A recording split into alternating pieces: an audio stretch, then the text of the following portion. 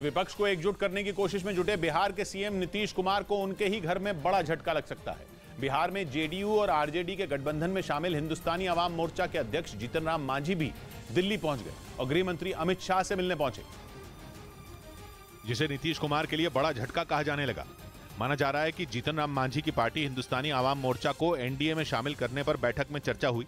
हालांकि बैठक के बाद जीतन राम मांझी ने साफ कहा कि उनकी वफादारी नीतीश कुमार की तरफ है। हमने भावुक कसम खाया है कि हम नीतीश कुमार के साथ रहेंगे। लेकिन मुलाकात की टाइमिंग ने सवाल खड़े कर दिए।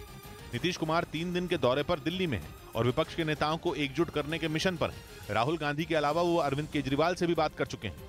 यहां तक कि उनकी लेफ्ट पार्टियों के नेताओं से भी बातचीत की खबर है।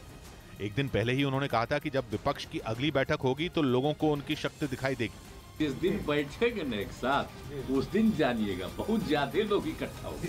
हालांकि जीतन राम मांझी की अमित शाह से मुलाकात जेडीयू को भी डराने वाली है। इस बीच भारत के दौरे पर आई यूक्रेन की डिप्टी विदेश मंत्री ने भारत के राष्ट्रीय सुरक्षा सलाहकार अजीत डोभाल को यूक्रेन आने का न्योता भेज दिया। वहीं कुछ अहम मांगे भी उन्होंने भारत के सामने रखी, जिससे यह साफ हो गया कि यूक्रेन को भारत से बड़ी उम्मीदें हैं। यूक्रेन के उप विदेश मंत्री एमिने ज़पार ने एक बड़ा बयान दिया। उन्होंने साफ कहा कि राष्ट्रीय सुरक्षा सलाहकार अजीत डोभाल को कीव आना चाहिए। Today, India plays a very important role in the world.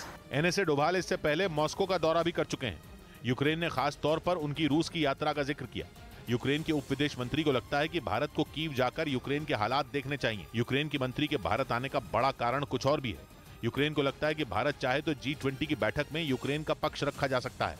उधर पंजाब के तरन तारण और अमृतसर में भगोड़े अमृतपाल के पोस्टर लगाए गए। एक रोज पहले गुरदासपुर रेलवे स्टेशन पर भी उसके पोस्टर चिपकाए गए थे।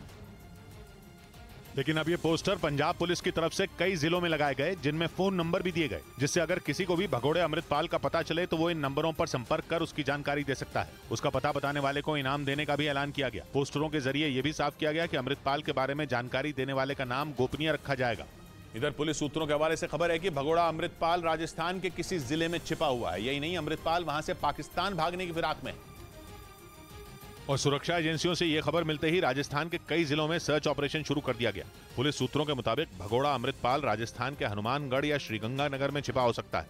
इस बात की जानकारी मिलते ही पंजाब और राजस्थान पुलिस ने मिलकर कई जगहों पर छापेमारी की। हमारी टीमें काम कर रही हैं, कुछ इनपुट है। पुलिस सूत्रों का कहना है कि 18 मार्च से फरार अमृतपाल सीमा पार कर पाकिस्तान भागने की फिराक में। हालांकि पुलिस ने इन 2 जिलों के अलावा बीकानेर, जैसलमेर और बाड़मेर में भी अलर्ट जारी कर दिया। खबर यह भी है कि हनुमानगढ़ से पुलिस ने अमृतपाल के एक करीबी को हिरासत में लेकर पूछताछ शुरू कर दी। उधर पश्चिमी मीडिया ने अमेरिका के लीक हुए खुफिया दस्तावेजों के हवाले से यह दावा किया कि ब्रिटेन ने अपनी स्पेशल मिलिट्री फोर्स यूक्रेन में तैनात कर दी, जो जेलेंस्की की सेना के साथ मिलकर रूस की फौज से सीधी टक्कर ले रही है। यानी अब तक हथियार और गोला बारूद देकर यूक्रेन की मदद करने वाले ब्रिटेन के सैनिक अब पुतिन की सेना से सीधी लड़ाई लड़ रहे हैं। अमेरिका के लीक खुफिया दस्तावेजों के मुताबिक ब्रिटिश स्पेशल मिलिट्री फोर्स की 50 टुकड़ियां यूक्रेन में मौजूद हैं, तो वहीं अमेरिका की 14, लातविया की 17, फ्रांस की 15 और हॉलैंड की 1 सैन्य टुकड़ी यूक्रेन में रूस की सेना से युद्ध लड़ रही है। हालांकि लीक दस्तावेजों से इस बात की जानकारी नहीं मिली कि यूक्रेन में नेटो देशों की फोर्स किन किन इलाकों में तैनात है। वहीं यूक्रेन और ब्रिटेन के रक्षा मंत्रियों ने इन दावों को खारिज कर लीक दस्तावेजों की जानकारियों को गलत बता दिया।